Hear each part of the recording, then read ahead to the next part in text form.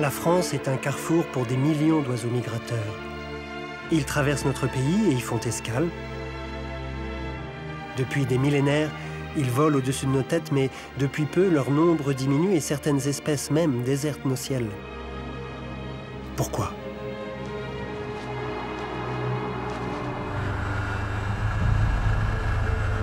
Je m'appelle Christian Moulek.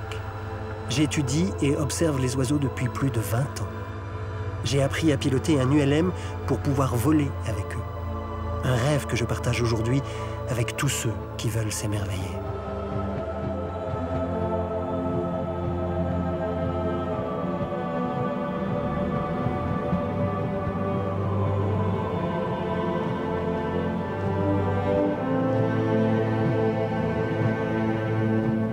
Qu'est-ce qui a pu décourager tant de migrateurs à venir chez nous? Les villes qui s'agrandissent? Les prairies qui disparaissent? Y a-t-il encore d'autres raisons? J'ai voulu comprendre et agir.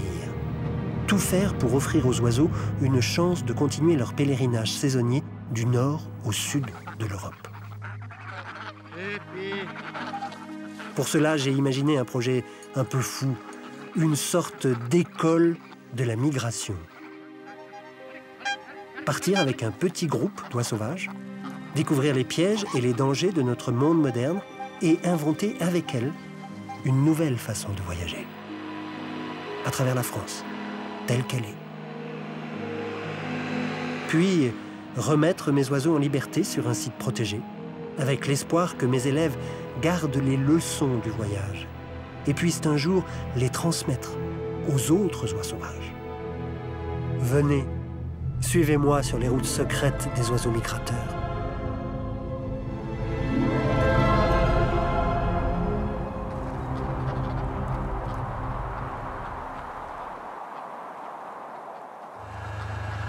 Ça y est, je vole avec mes oiseaux.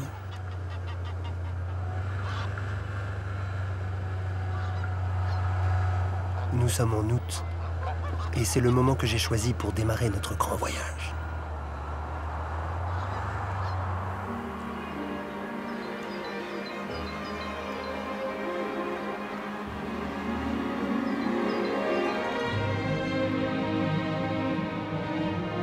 Nous partirons de la plaine d'Alsace, empruntant le chemin des cigognes.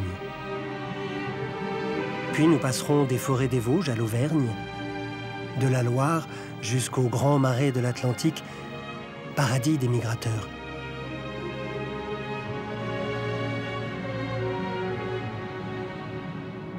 Mais j'oubliais les présentations. Voici donc mes 8 jeunes oies, toutes des oies cendrées, l'espèce la plus familière de nos campagnes. Les 5 frères et sœurs au bec jaune sont de la branche scandinave, et les 3 sœurs au bec rose de la branche sibérienne. Me voici donc à la tête d'une famille recomposée d'oies de souche sauvages, toutes nées ce printemps, mais en couveuse, chez moi.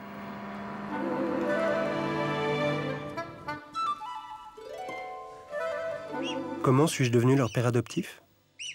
D'abord, je vis jour et nuit à côté des œufs à qui je fais entendre ma voix jusqu'au moment de l'éclosion. Et c'est cette voix, avec mon visage, que les oiseaux reconnaissent. Me voilà il y a 20 ans, apprenant comment faire. Les oies s'identifient à celui qui est à leur côté durant les premières heures de leur existence, même si c'est un homme. Pendant de longues semaines, je vais renforcer ce lien. La même méthode a servi pour mes oies d'aujourd'hui. Et si elles sont si familières de l'ULM, c'est parce que je leur ai appris à trottiner, volter, puis voler à ses côtés. Voilà pourquoi elles me suivent aujourd'hui sans difficulté.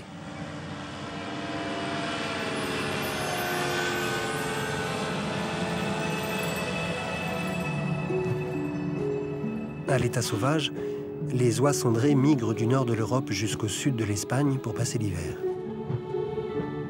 Dans la nature, elles apprennent la route de la migration en suivant leurs parents au voyage aller. Au retour, elles se débrouillent souvent seules. je vole à la lumière rasante du matin.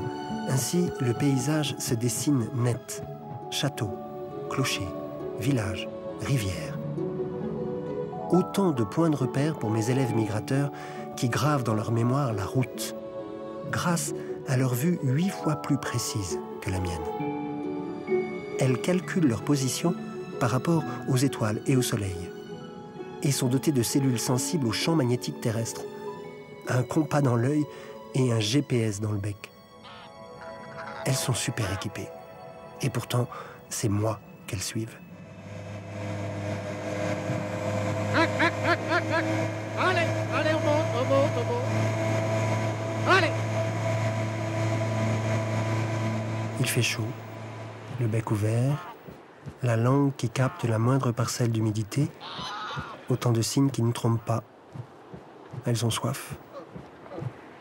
En dessous de nous, une gravière étrangement turquoise. D'instinct, une oie sauvage ne s'y poserait pas.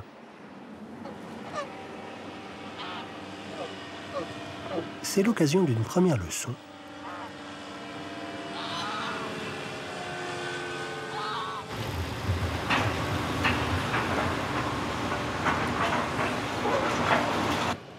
Drôle d'endroit pour une baignade.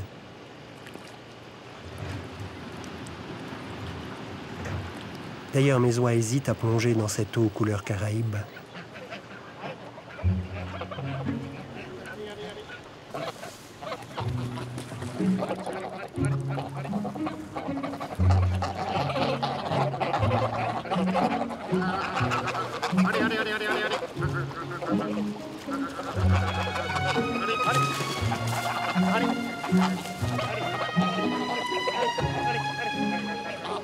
Ici, rien de sauvage. Et pourtant, c'est un endroit sûr.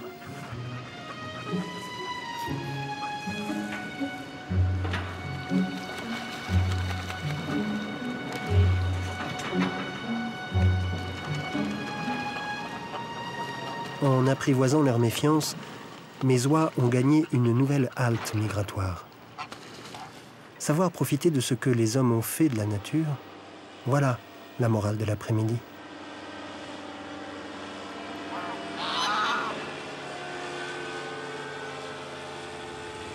Nous volons depuis le matin.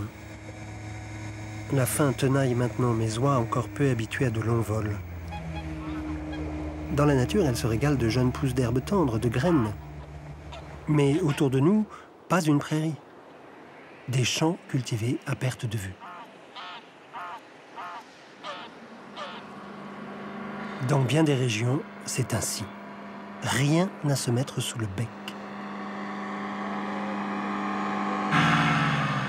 Alors, je décide de me poser près d'un champ de maïs pour une seconde leçon. Profiter des moissons.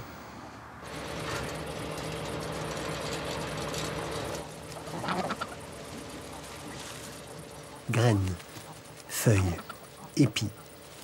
Un resto 3 étoiles pour oiseaux affamés.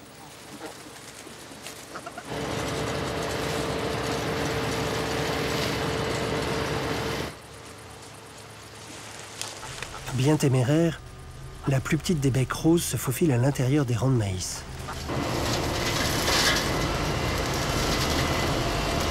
Tout en la gardant à l'œil, je la laisse faire. La migration, c'est aussi l'école de la vie, où la prudence, ça s'apprend.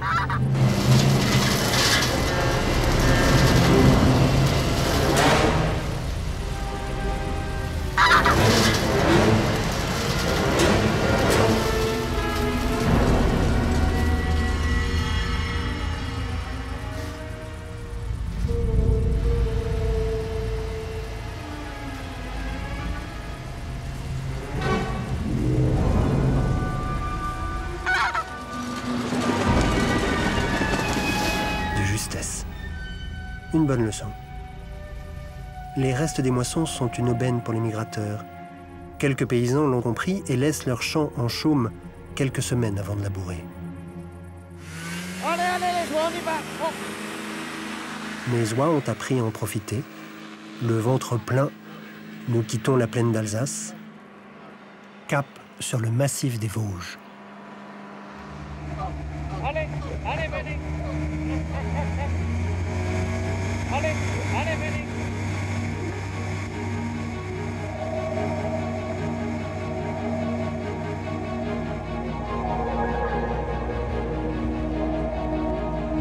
Au-dessus de la forêt, les oies serrent l'ULM au plus près. Elles savent d'instinct que cet océan d'arbres qui défile sous leurs pattes ne leur offre aucune prairie d'atterrissage assez vaste pour réaliser une approche prudente et redécoller si besoin en cas de danger.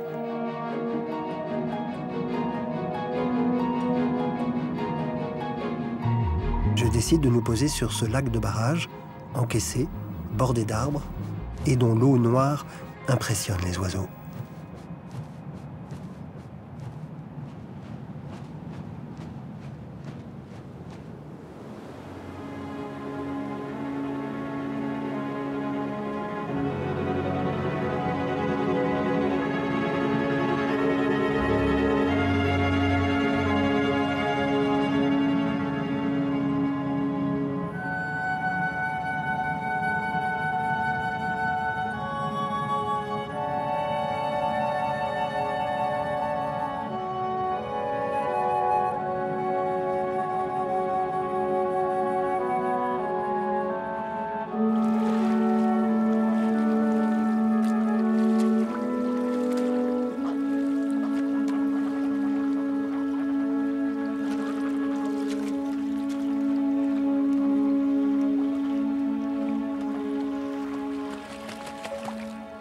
Pour ce premier long vol de leur vie, mes oies ont dû puiser dans leurs réserves. Leur nuit passera à piocher dans l'eau des algues pour se nourrir et à boire. Boire une eau dont elles mémoriseront à vie le goût, comme on garde l'adresse d'une bonne auberge pour y revenir un jour.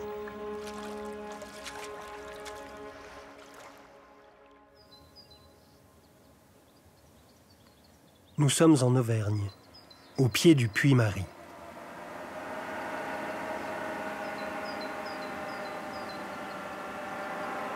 Comme à chaque nouveau paysage que nous survolons, la conversation s'anime. Car ça discute beaucoup chez les oies.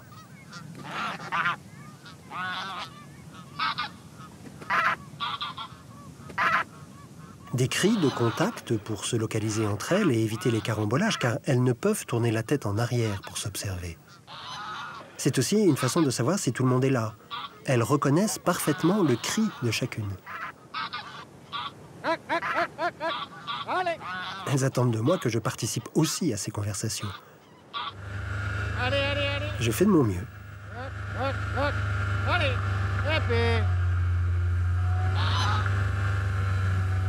Les oies de tête ont repéré bien avant moi cette tourbière attirante en contrebas.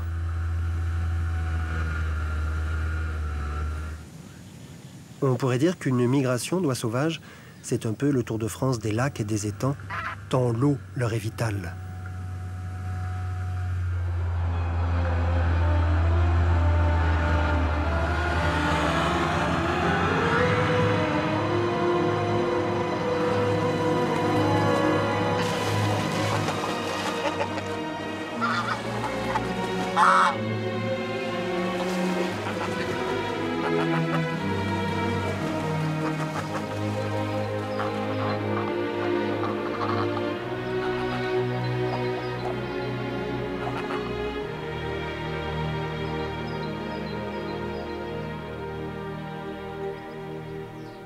Une fois posé, je dois le reconnaître, l'endroit est parfait. Un renard ou un rapace, prédateur naturel des oies, y serait repéré de loin. Quant aux occupants du moment, ils paraissent bien inoffensifs.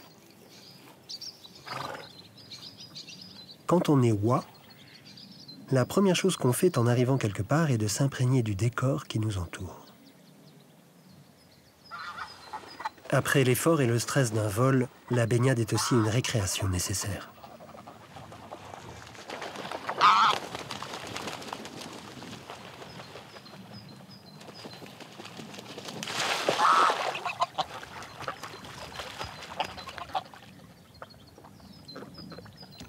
Et puis, c'est plein de bonnes choses. Larves, insectes, racines arrachées à la vase.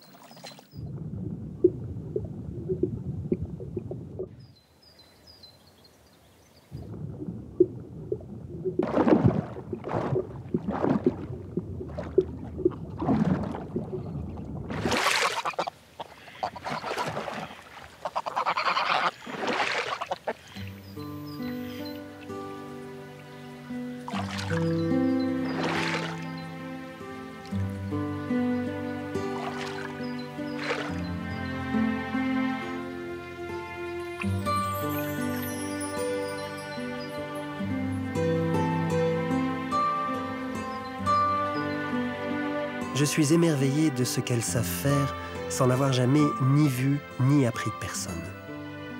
C'est inné. Entretenir 20 000 plumes. Pas seulement un plumage, une machine à voler.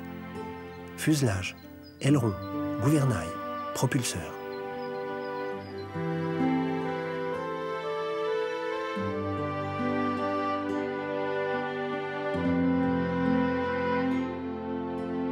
Du bout de leur bec, elles prélèvent un peu de cire d'une glande située sous leur croupion qui rend leur plumage imperméable, flexible, résistant aux parasites.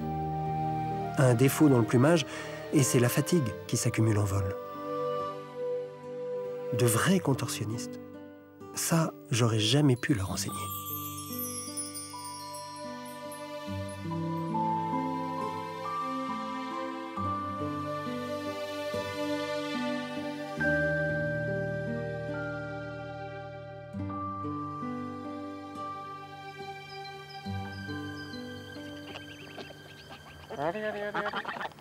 J'observe la petite bec rose qui m'intrigue.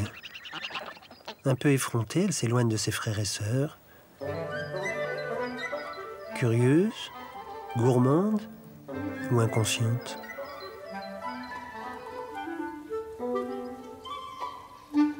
L'herbe est plus verte ailleurs, c'est bien connu.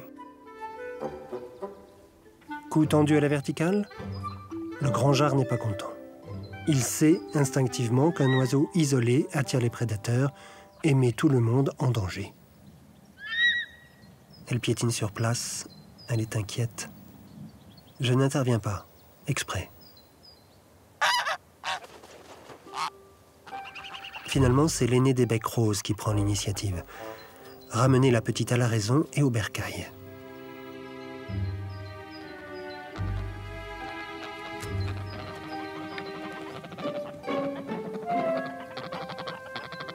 Cou qui s'allonge et se balance, on se salue.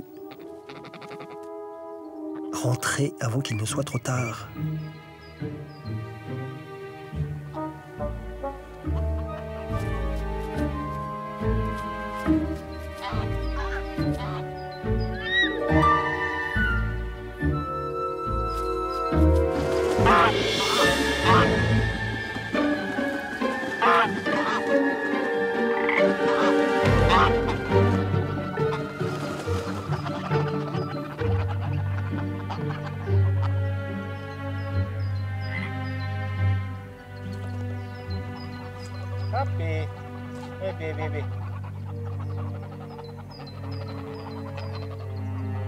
L'incident est clos, mais entre les becs roses et les becs jaunes, une fêlure est apparue.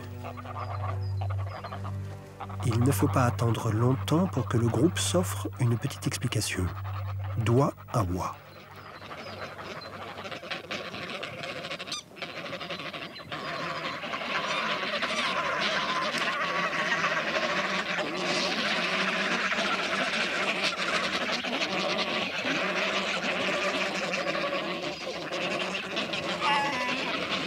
Les becs jaunes prennent vite le dessus. Les voilà dominants, au bec rose de filet doux.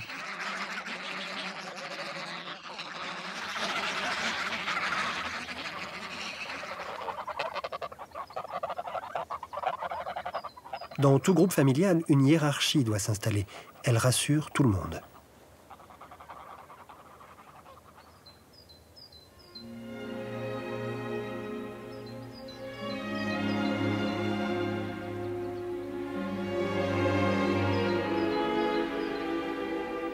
Rien de tel qu'une séance de câlins pour resserrer les liens familiaux.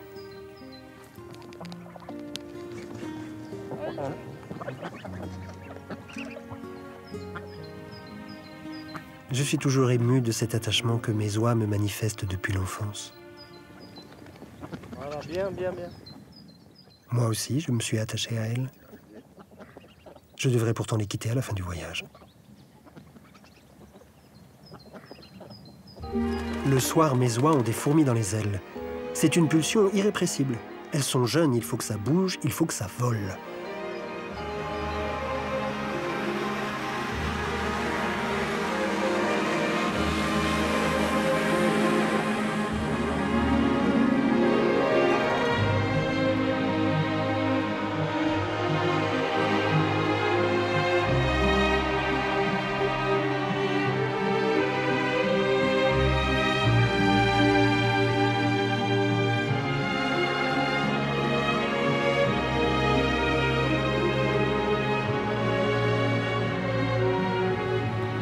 En cette fin de journée d'été, les courants chauds et froids brassent l'air de la vallée.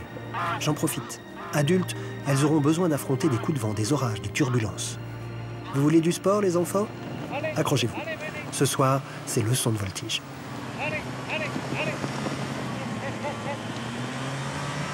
Si l'air était visible dans cette vallée, il serait comme un océan agité de vagues, s'écrasant au pied des falaises, s'abattant sur mes oies et ma machine.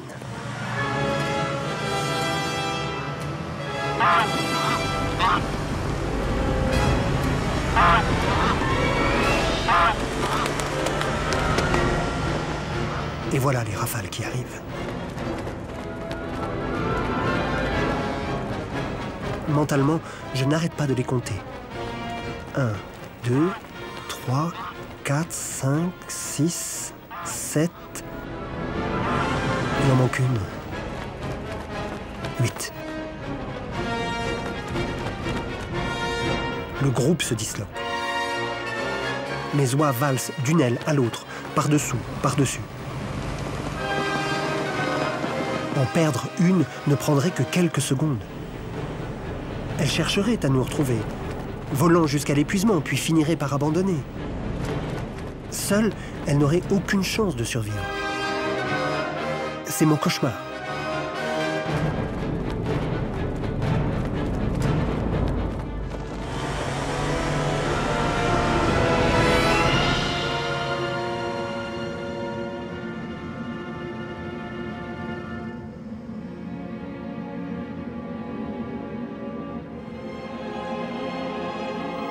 À partir d'une certaine altitude, les turbulences cessent.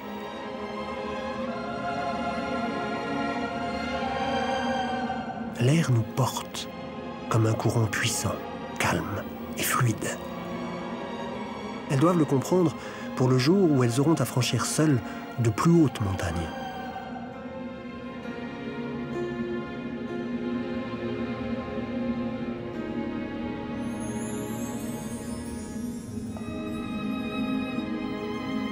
Du bout de leurs longues plumes externes, les rémiges, chaque oiseau apprend à palper le moindre souffle pour en épouser la forme. Mieux que voler, elles surfent.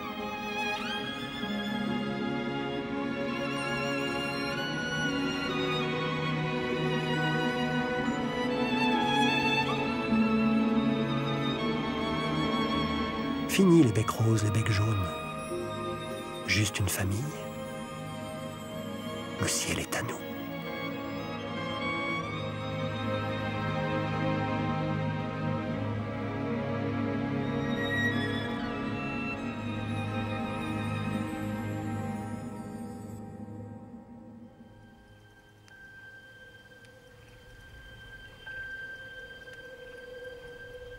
Septembre. Un mauvais brouillard nous cloue au sol ce matin.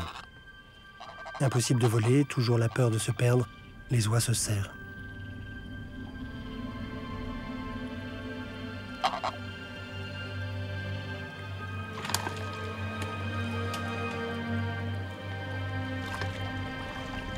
Seule la petite bec rose, comme à son habitude, explore les environs. Dans un groupe d'oies, il y a toujours un individu plus curieux que les autres. Et cela est souvent profitable au groupe. Je la laisse faire sans la quitter des yeux.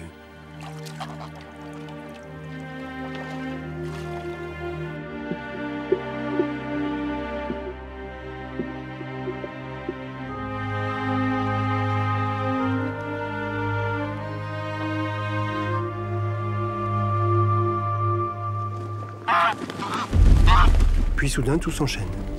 Le soleil qui perce le brouillard, le grand jar qui surprend tout le monde et devance mon signal de départ. Il faut que je les rattrape. La petite curieuse est surprise.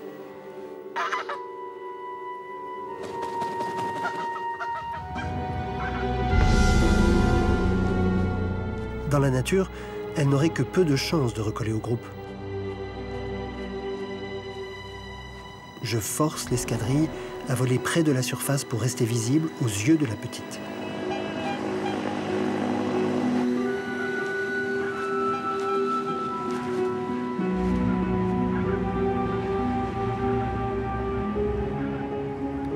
In extremis, elle rejoint le groupe. Les becs roses serrent la petite sœur de près.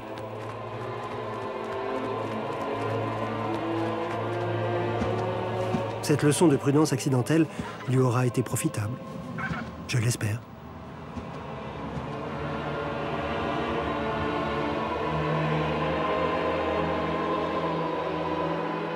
Nous quittons le lac, les montagnes et l'Auvergne.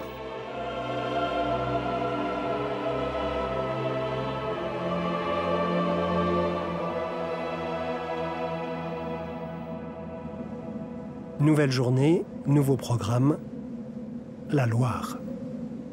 Depuis des millénaires, les oiseaux migrateurs suivent le cours des fleuves. Ils y trouvent de quoi se nourrir, se poser, se reposer. Une route directe vers la mer, une route qui ne change jamais.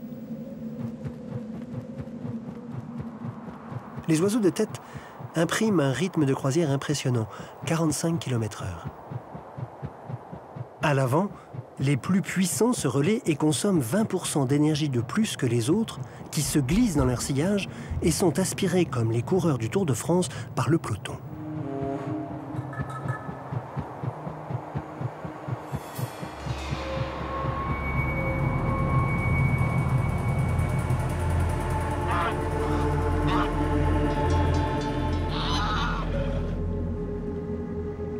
Nous cherchons les berges pour nous poser. Mais avec les pluies d'automne, la Loire en crue a avalé ses îles et rongé ses rives.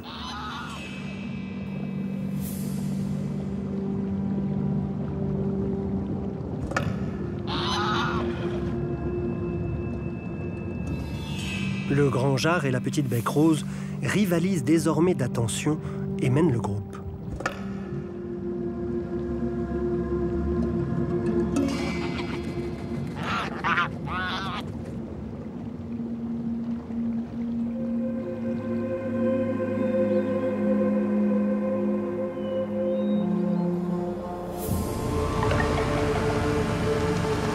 À la verticale de Saumur, je m'aperçois pourtant que nous nous battons contre le vent.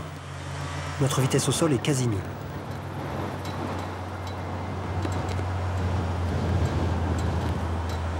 Mes oies s'épuisent pour rien et mon moteur commence à souffrir. Dans la nature, aucun migrateur ne serait assez stupide pour insister. Il faut nous poser quelque part, vite et bien. Saumur, information, bonjour. J'arrive d'un vol depuis le sud-ouest.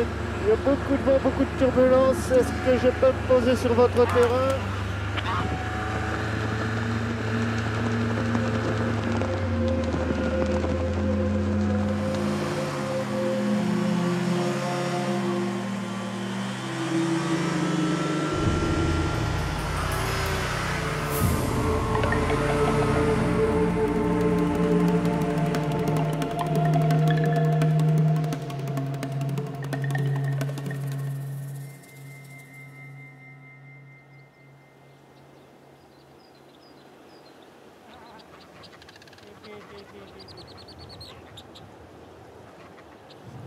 Sur ce petit aéroport peu fréquenté, je ne risque pas grand-chose.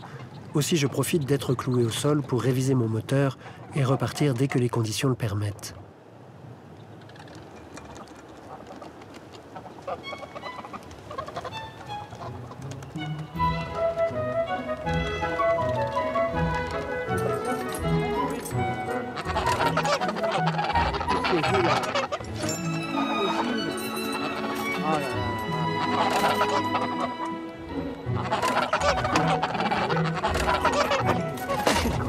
Dépêchez-vous, qu'est-ce que c'est que ce bazar?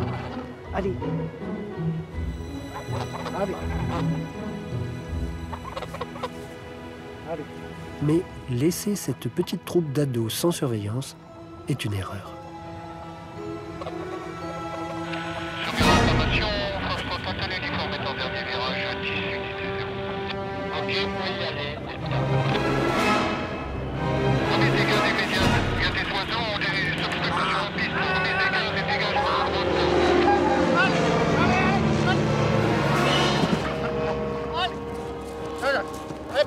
Allez, allez, allez. Finalement, je compte que cette petite frayeur leur sera profitable.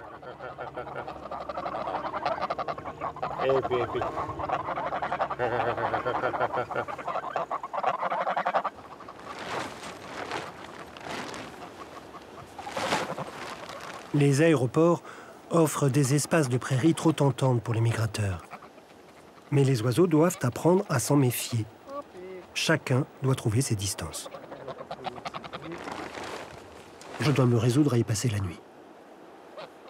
Sécuriser le campement quand même. Le renard attaque toujours la nuit. Qu'elles s'envolent dans l'obscurité et je les perds. Toutes.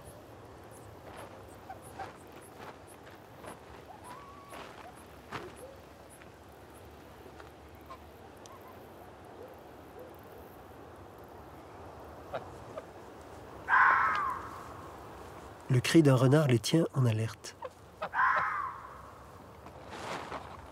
Comme toutes les nuits, elles ne dormiront que par brèves séquences de quelques minutes, et que d'un œil, comme moi.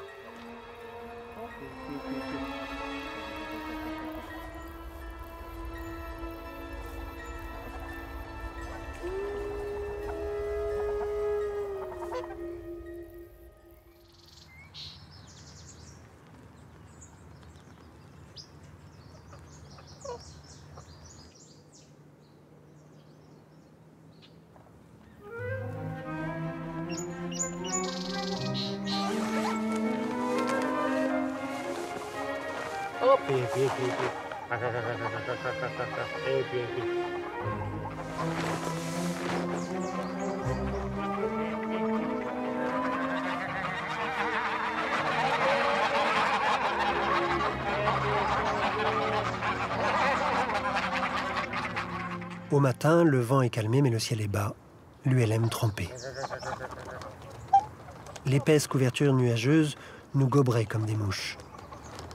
Nous sommes tankés. Seul un petit décrassage local est permis à mes oies impatientes.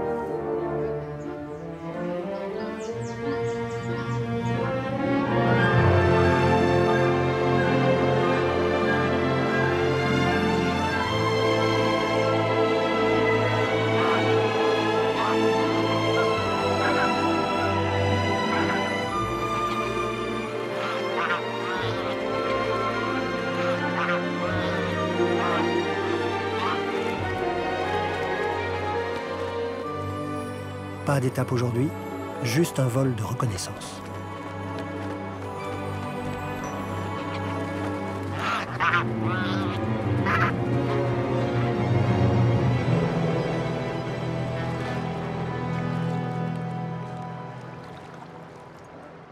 La petite intrépide et sa sœur s'aventurent là où le courant est puissant comme un tapis roulant sous leurs pattes.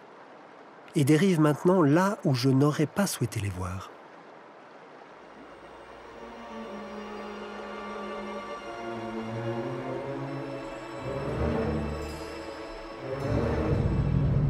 Au milieu du fleuve, le piège est tendu. De vrais canards, attachés par une patte, qui appellent les oiseaux de passage, et des faux canards qui font croire qu'ici, tout est paisible.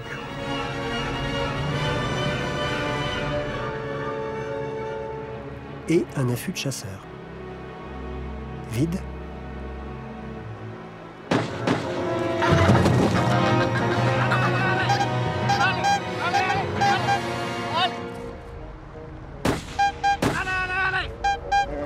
Coup de chance. De mauvais fusils. Vite, il faut qu'elle revienne. J'espère que cette peur se figera dans la mémoire de mes oies et qu'elles sauront éviter un piège semblable, ailleurs, plus tard. La chasse fait partie de nos traditions, mais elle tue 17 000 oies cendrées sur les 50 000 qui tentent encore l'aventure chaque année en France.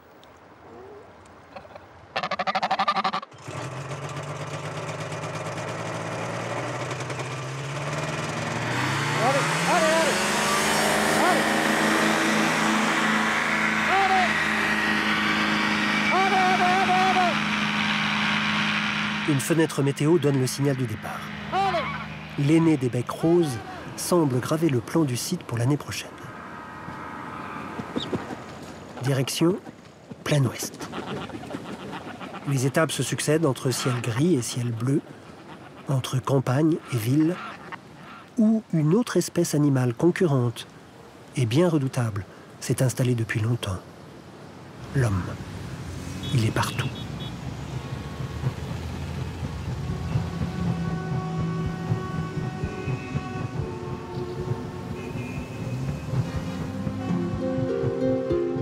Mais ces activités ne sont pas toujours néfastes aux migrateurs. Voici venue l'occasion d'une nouvelle leçon inattendue. Certaines autoroutes sont devenues des repères de navigation pour les oiseaux. Visibles de jour comme de nuit, moins sinueux que les fleuves, le grand jard et les becs roses surpris ne cessent d'y jeter des coups d'œil.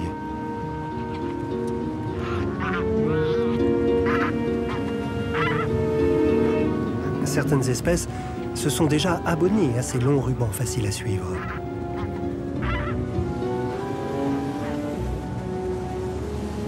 Et en cas de fatigue, les aires de repos sont à disposition.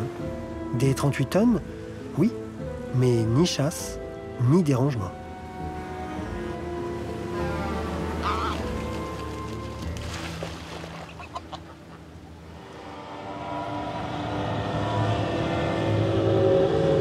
Les éoliennes ne sont pas les meilleures amies des oies. Par vent contraire, mauvaise visibilité, elles ont le réflexe de voler bas. Surprises par ces épouvantails géants, elles paniquent et leurs groupes se dispersent. Certaines se perdent. Je pourrais passer au large, mais je préfère flirter avec le danger. Domestiquer leur peur. Allez, allez! Allez, allez, les oies, on y va! Oh. Allez! Allez, les oies! Allez, allez, allez, allez! Attention, les éoliennes, attention! Allez! Les éoliennes, attention! Allez, allez, allez! On monte, on monte, on monte! Tous les jours, de nouvelles éoliennes poussent comme des champignons sur leur route migratoire. La prochaine fois, peut-être seront-elles moins surprises.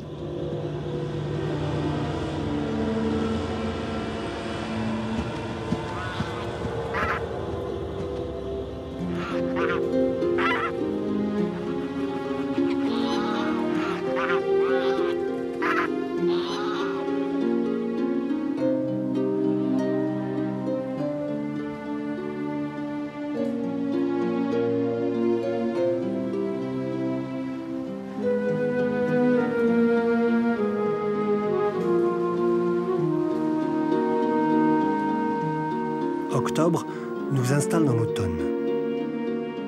Jour après jour, nous suivons la Loire et ses plaines fertiles. Une vision ultra fine permet aux oies de différencier toutes les nuances du vert et de choisir par instinct celui qui correspond à la meilleure herbe. Elles ne se trompent jamais. Enfin, presque.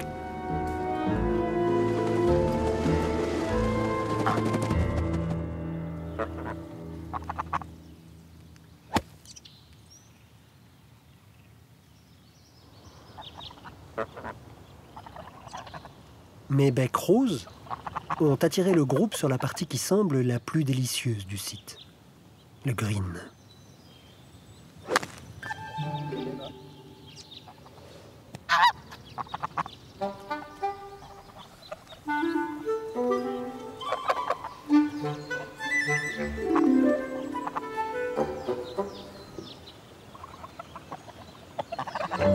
Cette fois-ci, de leur familiarité avec l'homme, mes oies tirent avantage.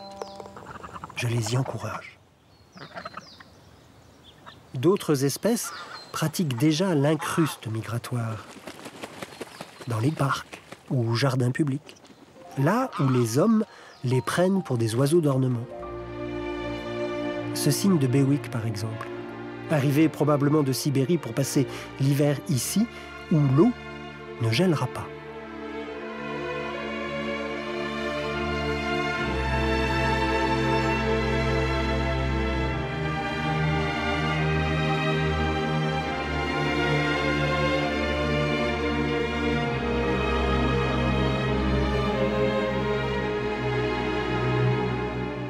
Allez, allez, allez. Allez, épée. Allez. Décidément, les trois sœurs bec rose font golf à part. Allez. Allez, les belles. Regardez. Allez. Allez, on vole. La domination des becs jaunes sur la fratrie, tout comme mon autorité paternelle, Allez. commence à avoir du plomb dans l'aile. C'est normal. Elle s'émancipe. Au fond de moi, je trouve ça bien comme ça.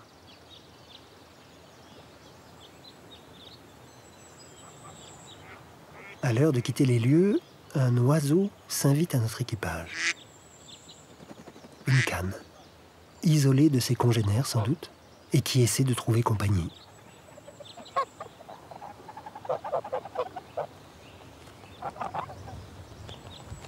J'ai souvent vu des oiseaux intrus se mêler à des colonies d'une autre espèce. Tout sauf être seul est le mot d'ordre des migrateurs, capables d'accueillir un oiseau qui ne parle pas leur langue.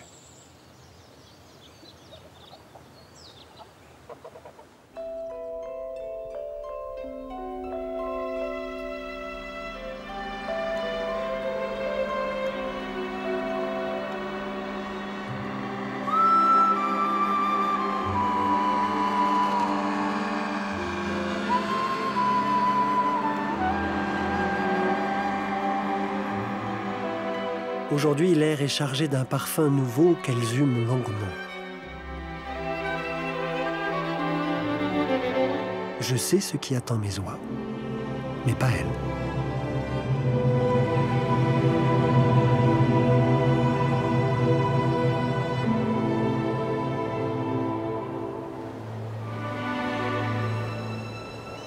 Enfin, le voilà d'un coup.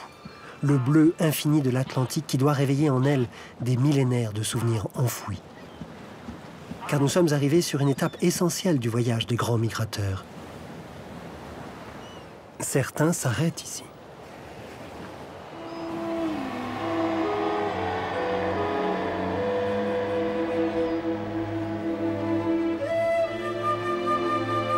La canne, qui s'était fait oublier, prend les commandes. Où se poser ? C'est son affaire. Elle doit connaître le terrain.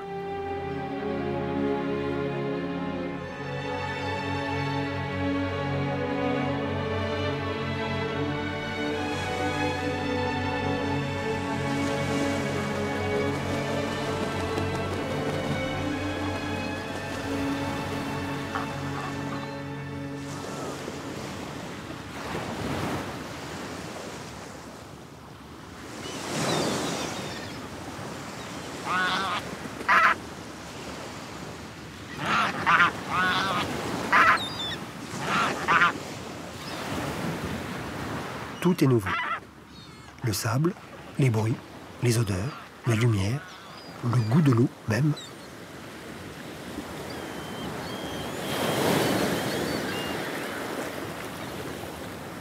Le fracas des vagues les intrigue.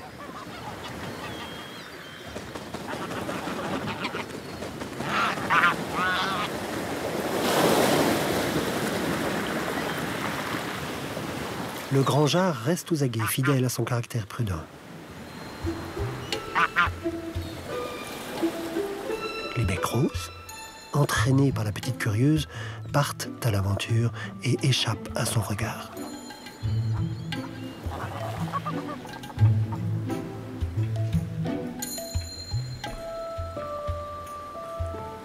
Et sur la plage, les tentations sont variées, du meilleur comme au pire.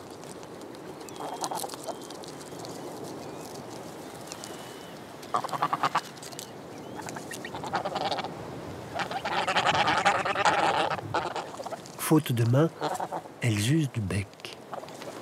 Elles mâchonnent chaque prise pour en tester le goût, l'odeur, la consistance. De leurs pattes, elles tambourinent le sol, espèrent en faire surgir des délices. Par milliers, les oiseaux meurent d'ingérer par erreur nos tonnes de déchets abandonnés sur les plages ou rejetés par la mer.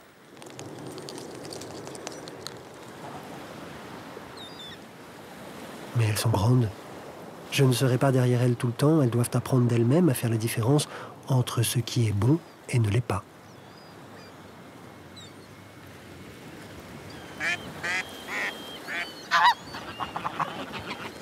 Le grand jar entend la canne, mais ne la voit pas. Perdu.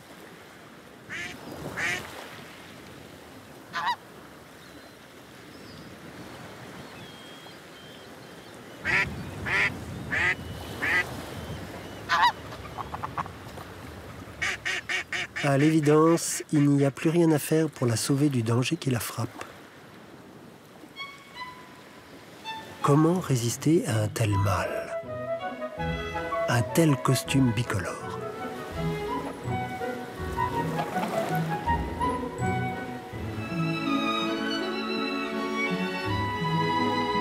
Elle parade une dernière fois avec sa conquête. Nous ne la reverrons plus. Mes oies aussi auront à trouver un jour un partenaire qu'elles garderont pour la vie.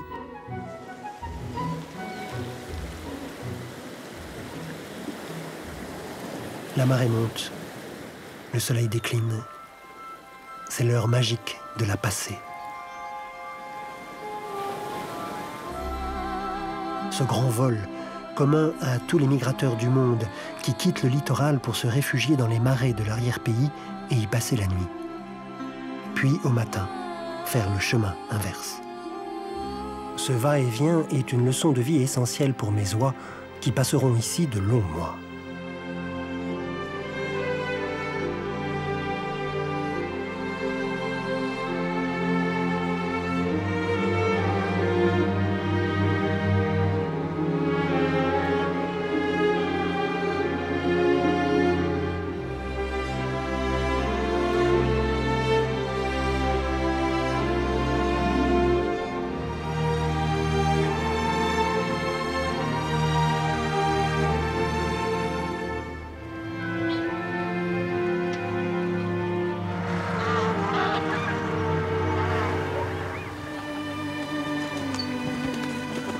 Nous sommes un peu en avance, mais déjà quelques grues commencent à arriver d'Europe du Nord. Dans quelques jours, arriveront les oies sauvages.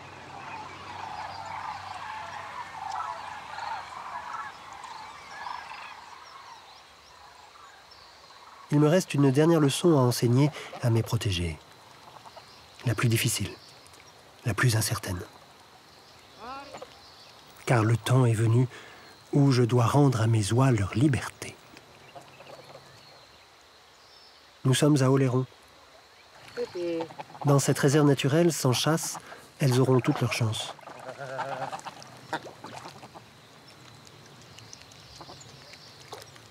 Mais il va leur falloir se déshabituer de moi. Les becs jaunes déjà distants, les becs roses encore si affectueuses.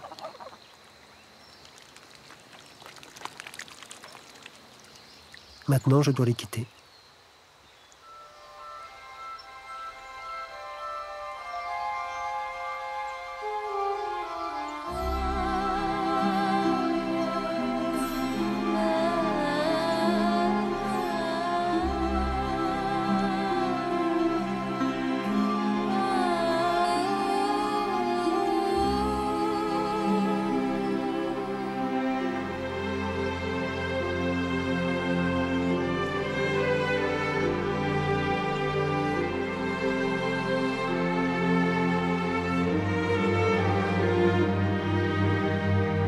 En m'élançant une dernière fois avec elles, je les imagine déjà se joindre aux oies sauvages de passage ici. L'école de la migration les en a rendus capables. Capables d'apprendre des autres oies bien des choses, mais capables aussi de leur transmettre ce que nous avons découvert ensemble.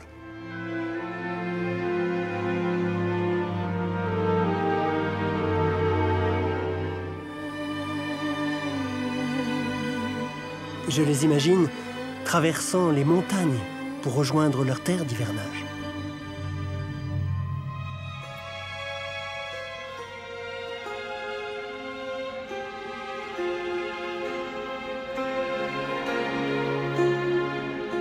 Et je les vois un jour enseigner à leurs petits, à leur tour, les routes de la migration.